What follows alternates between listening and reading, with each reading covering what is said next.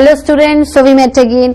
Students, हम लोगों ने टिश्यू के चैप्टर में पिछली बार के टॉपिक में क्या क्या कंप्लीट कर लिया था। We have completed introduction, difference between plant and animal tissue, और प्लांट टिश्यू में मेरिस्टेमेटिक, परमानेंट, सिंपल परमानेंट में ये सारे कर लिए थे। स्क्लेरेनकाइमा, कॉलिनकाइमा, आपका पेरेनकाइमा, क्लोरेनकाइमा, एरेनकाइमा, ये सारी मैं आपको हर लेक्चर में बताती हूँ, ठीक है।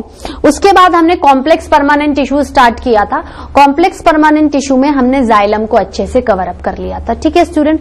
देखो, एक बात मैं और बताना चाहूंगी, हर बुक में आपका अलग एक कंटेंट लिखा होता है।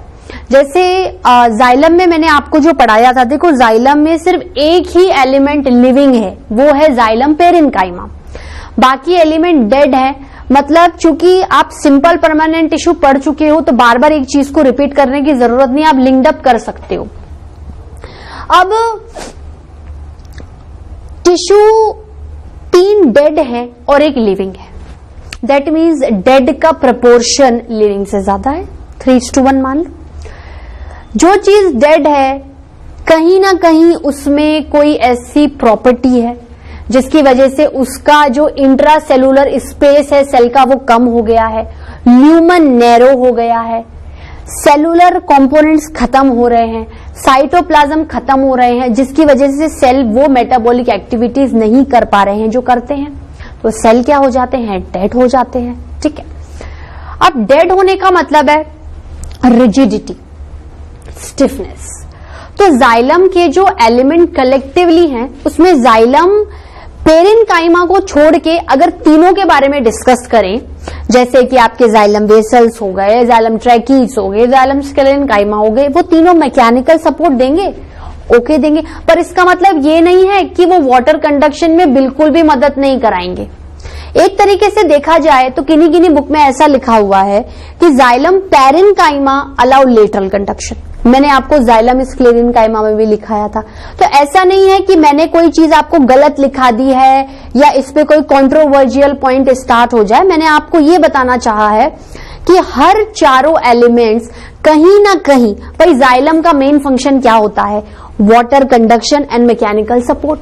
तो उसके जो चारों एलिमेंट्स हम पढ़ते हैं या हमने पढ़ लिए हैं, वो चारों कलेक्टिवली ये दोनों काम ही कर रहे होंगे। अब जरूरी नहीं है कि एक एलिमेंट दोनों काम करे या एक एलिमेंट एक ही काम करे, ऐसा जरूरी तो नहीं है ना, ठीक है। जैसे जाइलम पेरेनकाइमा आपके एक तरीके से फूड का स्टोरेज, फूड का सिंथेसिस कर रहा है, ठीक है, कर रहा है, तो कहीं ना कहीं वो खाने के थ्रू सपोर्ट कर रहा है जाइलम को कि नहीं भाई जिंदा रहो, काम करो। और थोड़ा बहुत उसने अगर लेटरल कंडक्शन कर दिया, चलो कर दिया, ये पॉइंट मैंने आपको नहीं लिखा था पर आप चाहो तो ऐड कर सकते हो। उसी तरीके से जाइलम स्क्लेरेनकाइमा में डेड टिश्यूज हैं, वो सपोर्ट कर रहा है, तो वो थोड़ा बहुत लेटरल कंडक्शन में हेल्प करवा भी सकता है, वो लेटरल कंडक्शन में हेल्प करवा भी सकता है, ठीक है। अब मैंने कहा कि जाइलम वेसल्स को ले लो। जाइलम वेसल्स का ये मतलब है कि कम से कम लिग्निन डिपोजिशन है तो ज्यादा से ज्यादा वाटर कंडक्शन कर रहा है, मैकेनिकल सपोर्ट थोड़ा बहुत प्रोवाइड कर सकता था, ठीक है। तो इस बिहाफ पर चारों एलिमेंट्स कहीं ना कहीं टोटल मिला के इन दोनों फंक्शंस को कैसे ना कैसे करके कंट्रीब्यूट कर रहे हैं। क्या कर रहे हैं स्टूडेंट्स? कंट्रीब्यूट कर रहे हैं, ठीक है। चलो, अब जो आज अपन दूसरा कॉम्प्लेक्स परमानेंट टिश्यू पढ़ने वाले हैं उसका क्या नाम है? उसका नाम है फ्लोएम। उसका नाम है फ्लोएम। उसका नाम है phloem. Let's begin with the introduction. क्या लिखना चाहोगे स्टूडेंट्स आप?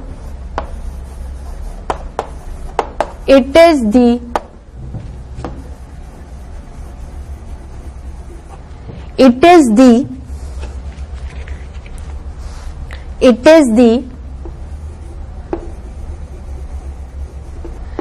second most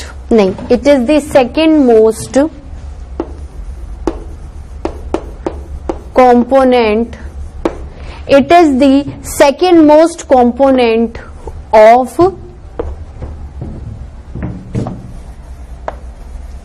complex permanent tissue, of complex permanent tissue, of complex permanent tissue. ठीक है, उसके बाद अगर अपन देखें, उसके बाद आगे बढ़े, ये किसमें मदद कर रहा है? देखो, प्लांट्स के अंदर जो पार्ट है लीव्स, वो खुद खाना बनाती है due to the process of photosynthesis. तो लीव्स अपना खाना बना के स्टोर करके रख लेती हैं। अब सिर्फ लीव्स को थोड़ी जिंदा रहना है भाई, बाकी भी तो टिश्यूज है, उनको भी तो खाना चाहिए। ठीक है, तो लीव्स से जो बना हुआ खाना है वो वेरियस पार्ट्स ऑफ प्लांट्स में जाएगा। उस पर्टिकुलर लीफ के ऊपर पार्ट्स में भी जाएगा, उस पर्टिकुलर लीफ के नीचे पार्ट्स में भी जाएगा। मतलब phloem responsible for food conduction in two direction, bi-directional as well as in downward direction as well as in upward direction। ठीक है, तो क्या लिखूंगी? phloem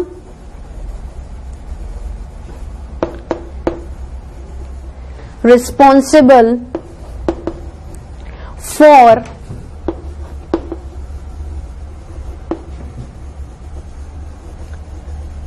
food conduction, phloem responsible for food conduction prepared by leaves, prepared by leaves to the other parts of the plant, to the other parts of the plant। ठीक है,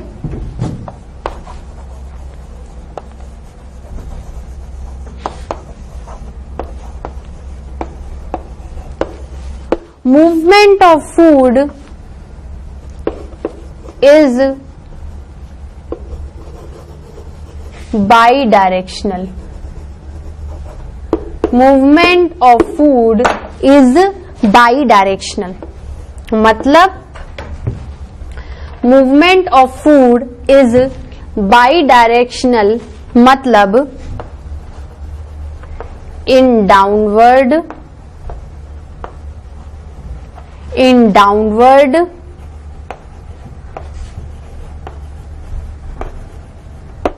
as well as in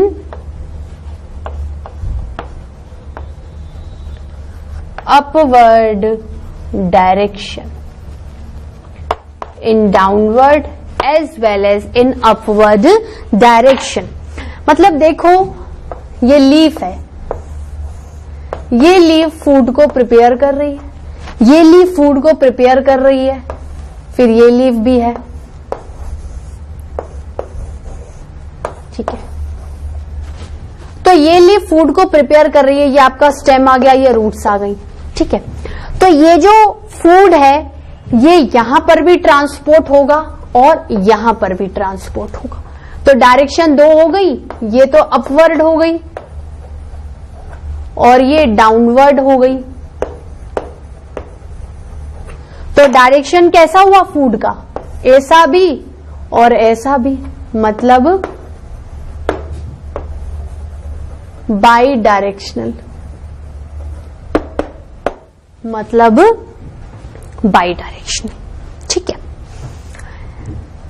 अब हम पढ़ेंगे, ये तो क्या था, हमने फ्लोएम का इंट्रोडक्शन पढ़ा। अब हम ये पढ़ेंगे कि एक्चुअली फ्लोएम का काम क्या है। फ्लोएम का काम ये है।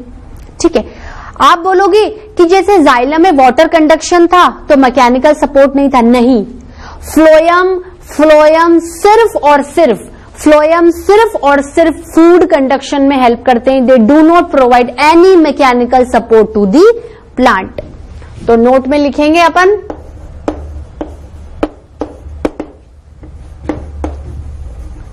Phloem do not provide any mechanical support to the plant, responsible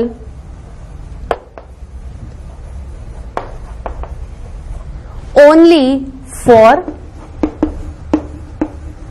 food conduction, responsible only for food conduction.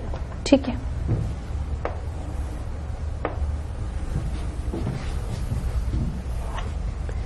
ये क्या हुआ आपका,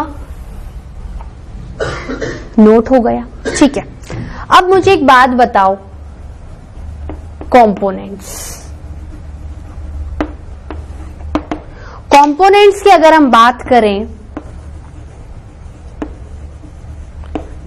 तो फ्लोएम कंपोज्ड ऑफ जाइलम की तरह ही 4 टाइप्स ऑफ सेल्स और एलिमेंट्स, 4 टाइप्स ऑफ सेल्स और एलिमेंट्स। पहला क्या आएगा, पहला आएगा सीव ट्यूब्स, पहला आएगा सीव ट्यूब्स, दूसरा आएगा कंपेनियन सेल। ठीक है, तीसरा आएगा फ्लोएम पेरेन्काइमा, जैसे कि जाइलम पेरेन्काइमा था, वहां पर वेसल्स और ट्रेकीट्स थे।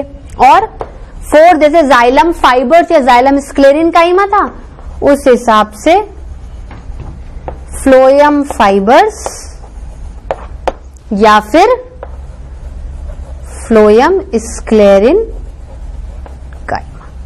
ठीक है स्टूडेंट्स, नोट डाउन कर लीजिए। स्टूडेंट्स, इस सब चीज को लिख लिया आपने। चलिए, फ्लोएम का इंट्रोडक्शन भी हो गया, फ्लोएम का इंट्रोडक्शन भी हो गया। अब हम क्या करेंगे, अब इसके एलिमेंट्स के बारे में पढ़ेंगे। जाइलम की तरह ही है पर फिर भी थोड़ा सा डिफरेंस है। इन चारों एलिमेंट्स को देखकर मैं एक लाइन बोलूंगी, उससे आप समझ जाओगे फ्लोएम क्यों नहीं मैकेनिकल सपोर्ट प्रोवाइड कराता और कंडक्शन में ज्यादा अहम रोल निभाता है। ठीक है, मैं ये कह रही हूं कि फ्लोएम स्क्लेरेन्काइमा को छोड़कर, ध्यान से सुनना, फ्लोएम स्क्लेरेन्काइमा या फ्लोएम फाइबर्स को छोड़ के बाकी तीनों एलिमेंट फ्लोएम की लिविंग है। दैट मीन्स लिग्निन का डिपोजिशन नहीं है। तो ले दे के स्क्लेरेन्काइमा पे सबसे ज्यादा होगा, तो सिर्फ एक ही एलिमेंट है मैकेनिकल टिश्यू के लिए, मेजॉरिटी किसकी है, बाकी तीनों की, जो कि डेड नहीं है, लिविंग है। तो मैकेनिकल टिश्यू एक प्रोवाइड करवा रहा है। अब वो प्रोवाइड करवा रहा है, लेकिन हो सकता है कि उस बाकी तीनों की डोमिनेंसी क्या है, उससे ज्यादा है, इसलिए मैकेनिकल सपोर्ट में फ्लोएम का कोई अहम रोल नहीं आता या आता ही नहीं है। तो मैं एक लाइन स्टार्ट करवा सकती हूं लिखने से पहले, except phloem fibres, except phloem fibres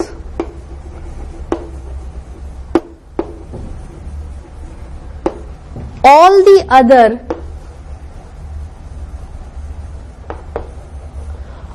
the other elements of phloem are living। उसमें सिर्फ जाइलम पेरेन्काइमा लिविंग था, बाकी डेड थे। क्या है, लिविंग। कहने का क्या मतलब है,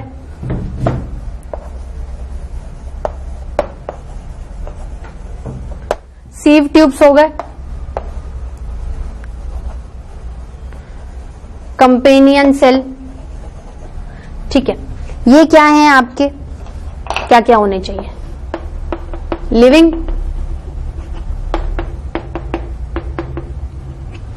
लिविंग, फिर क्या आता है, जाइलम पेरेन्काइमा, ठीक है, और जाइलम स्क्लेरेन्काइमा। ठीक है, इसमें क्या है, ये भी लिविंग, ये भी क्या है, लिविंग, ये क्या है, डेड। तो ये सिर्फ मैकेनिकल टिश्यू प्रोवाइड करने पर रिस्पॉन्सिबल है, बाकी तीनों फूड कंडक्शन। तो मेजॉरिटी में फंक्शन क्या आता है, फूड कंडक्शन। ठीक है, चलो सबसे पहले अपन जो एलिमेंट पढ़ने वाले हैं उसका नाम है सीव ट्यूब्स। उसका क्या नाम है? Sieve tubes. पहला फटाफट बताओ इंट्रोडक्शन में क्या लिखूं? It is the first element of phloem. It is the first element of phloem.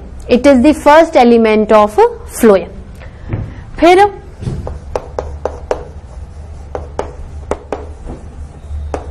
It is the living element. It is the living element. ठीक है, अब मुझे एक बात बताओ, सीव ट्यूब, ट्यूब मतलब लंबी रॉड लाइक स्ट्रक्चर होगी, लंबी रॉड लाइक स्ट्रक्चर होगी। देखो इसका पिक्चराइजेशन मैं आपको बताती हूं, ये इस तरीके से है। ठीक है, अब इसमें अगर अपन इसके साथ में इसके कैरेक्टरिस्टिक्स को भी पढ़ें,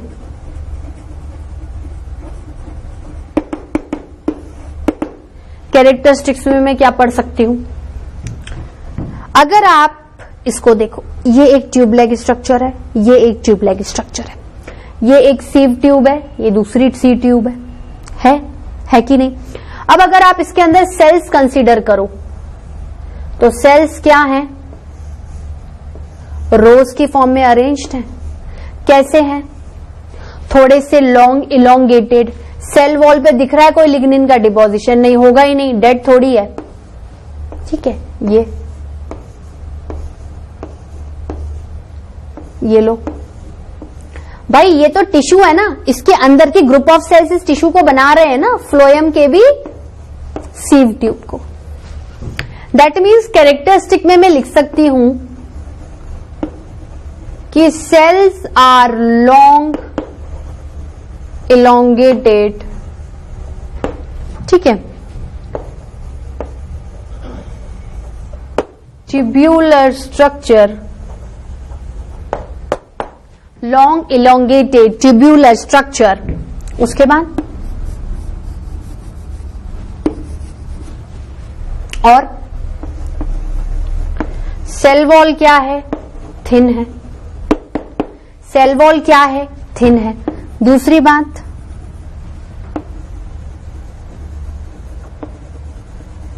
good amount of cytoplasm.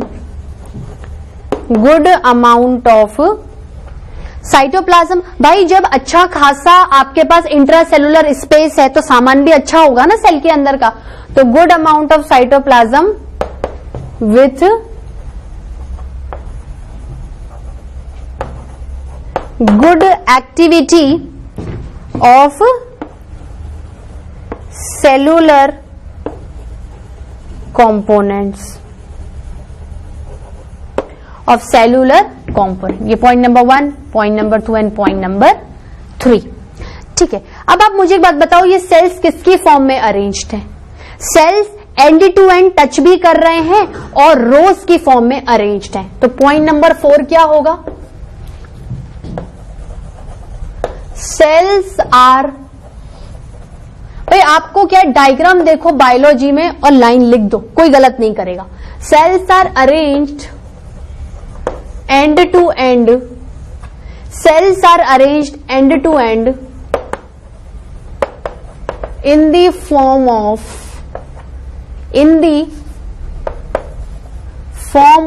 rows। in the form of rows। अब मुझे एक बात बताओ, चलो एक काम करो, सबसे पहले आप इसको नोट डाउन करो, फिर मैं आपको आगे बताती हूं। इसको नोट डाउन करा स्टूडेंट्स आपने? चलिए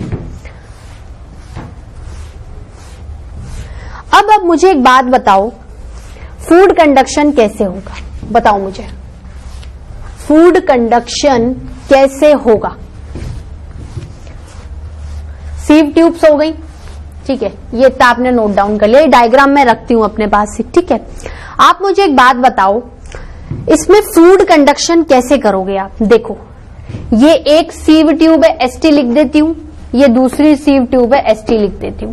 आप तो पर्टिकुलर को पकड़ लो, सेल्स लॉन्ग सिलेंडर इलोंगेटेड है, सॉरी एंड टू एंड पे अरेंज्ड है और रोज की फॉर्म में अरेंज्ड है।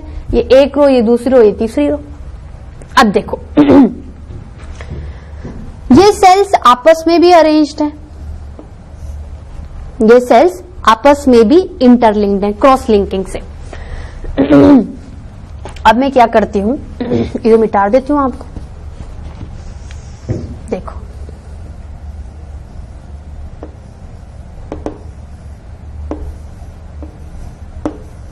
ये कैसी स्ट्रक्चर नजर आ रही है आपको? आप बोलोगे मैम एक प्लेट की तरह, एक लाइन की तरह, वर्टिकल कोई लाइन, और ऐसी ही मैं यहां पर भी बना दूं तो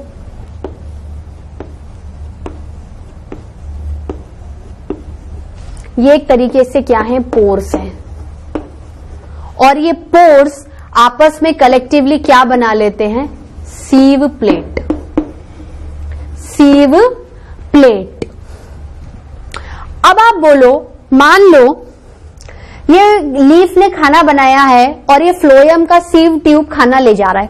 भाई इसका मेन फंक्शन क्या है, चूंकि ये लिविंग है तो इसका तो काम फूड कंडक्शन का है। मान लो यहां से फूड ट्रांसफर हो रहा है, इसको थोड़ा ध्यान से समझना, यहां से फूड ट्रांसफर हो रहा है, ठीक है, ये यहां से फूड ट्रांसफर हो गया, इसमें चला गया।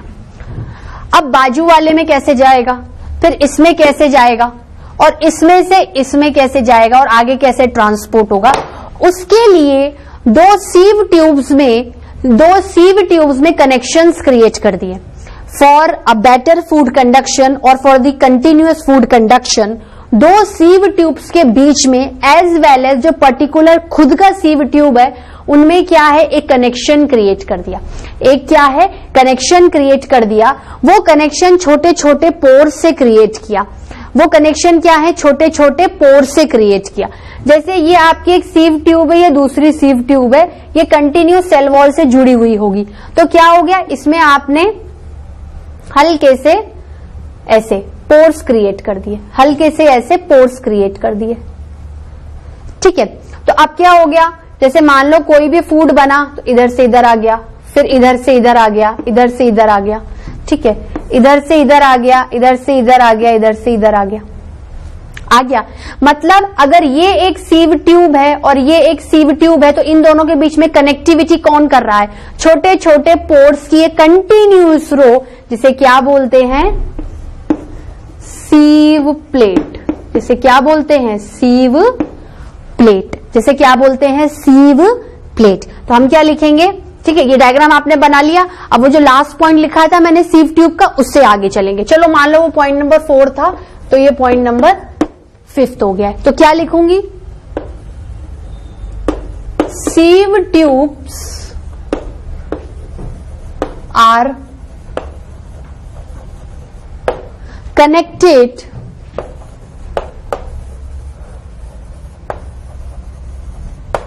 to each other, are connected to each other or are in continuity with each other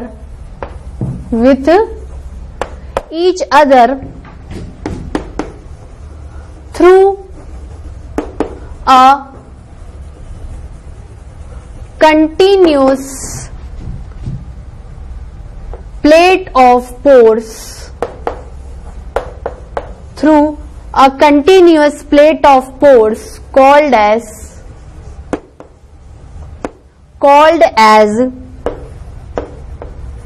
sieve plate, called as sieve plate। ये प्लेट क्या करेगी, अगर एक एलिमेंट फूड को बना रहा है तो दूसरे एलिमेंट में थ्रू पोर्स के क्या हो जाएगा, वो फूड ट्रांसपोर्ट हो जाएगा। तो क्या करेगा भाई, फ्लोएम का मेन काम क्या हो गया, या इसके एलिमेंट का काम क्या हो गया, sieve tube along with sieve plate, sieve tube along with sieve plate responsible for continuous food conduction. For continuous food conduction. For the continuous food conduction. ठीक है, तो ये आपकी क्या हो गई, सीव प्लेट हो गई, ये आपका क्या हो गया, सीव ट्यूब हो गया। ठीक है स्टूडेंट्स, इसके साथ ही आज का लेक्चर मैं यहीं क्लोज करती हूं। देखो, मैंने आपको फ्लोएम स्टार्ट कराया था। फ्लोएम में, फ्लोएम जाइलम की तरह है, एक कंडक्टिव एलिमेंट है। वो वाटर ट्रांसपोर्ट कर रहा है, ये फूड ट्रांसपोर्ट कर रहा है। वो एक ही डायरेक्शन में करता है, ये दोनों डायरेक्शन में करता है। वो रूट से लाता है, ये लीव्स से लाता है। दूसरी बात यह है कि उसमें भी 4 एलिमेंट है, इसमें भी 4 एलिमेंट है, लेकिन उसमें क्या है, एक एलिमेंट लिविंग था, बाकी सब डेड थे। ठीक है, इसमें एक डेड है, बाकी सब लिविंग है। जाइलम वाटर की कंडक्शन के साथ साथ एक मैकेनिकल सपोर्ट भी प्रोवाइड कर रहा था, क्योंकि more number of cells are dead, so more lignin is there, तो more stiffness is there, so more rigidity is there, so more support is there. Phloem में क्या था, फ्लोएम में ज्यादा लिविंग टिश्यूज है, तो लिविंग है मतलब खाना चाहिए, खाना चाहिए तो खाना देते भी जा रहे हैं, खाना चाहिए तो खाना देते भी जा रहे हैं, तो directly indirectly phloem is responsible for food conduction. ज्यादा लिविंग है तो मैकेनिकल सपोर्ट नाम मात्र का है, इसलिए काउंट ही नहीं होता, तो phloem is responsible only for the water conduction. फिर हमने इसके 4 एलिमेंट्स पढ़े, sieve tube, companion cells, phloem parenchyma और फ्लोएम स्क्लेरेन्काइमा, जिसमें हमने एक सीव ट्यूब प्रॉपरली कंप्लीट कर लिया था। ठीक है स्टूडेंट्स, तो आज का लेक्चर मैं यहीं फिनिश करती हूँ। नेक्स्ट लेक्चर में फ्लोएम के बाकी 3 एलिमेंट जो कि कंपेनियन सेल, फ्लोएम पैरेन्काइमा और फ्लोएम स्क्लेरेन्काइमा को हम बहुत अच्छे से पढ़ेंगे। वो खत्म होने के बाद हमारा प्लांट टिश्यू एकदम प्रॉपरली कंप्लीट हो जाएगा। उसके बाद हम लोग उसको खत्म होने के बाद एनिमल टिश्यूज की स्टार्टिंग भी करेंगे। तो कहीं ना कहीं हम टिश्यूज को, किसी के चैप्टर को भी एंड करने वाले हैं। ठीक है students, okay, till then bye bye, have a nice day.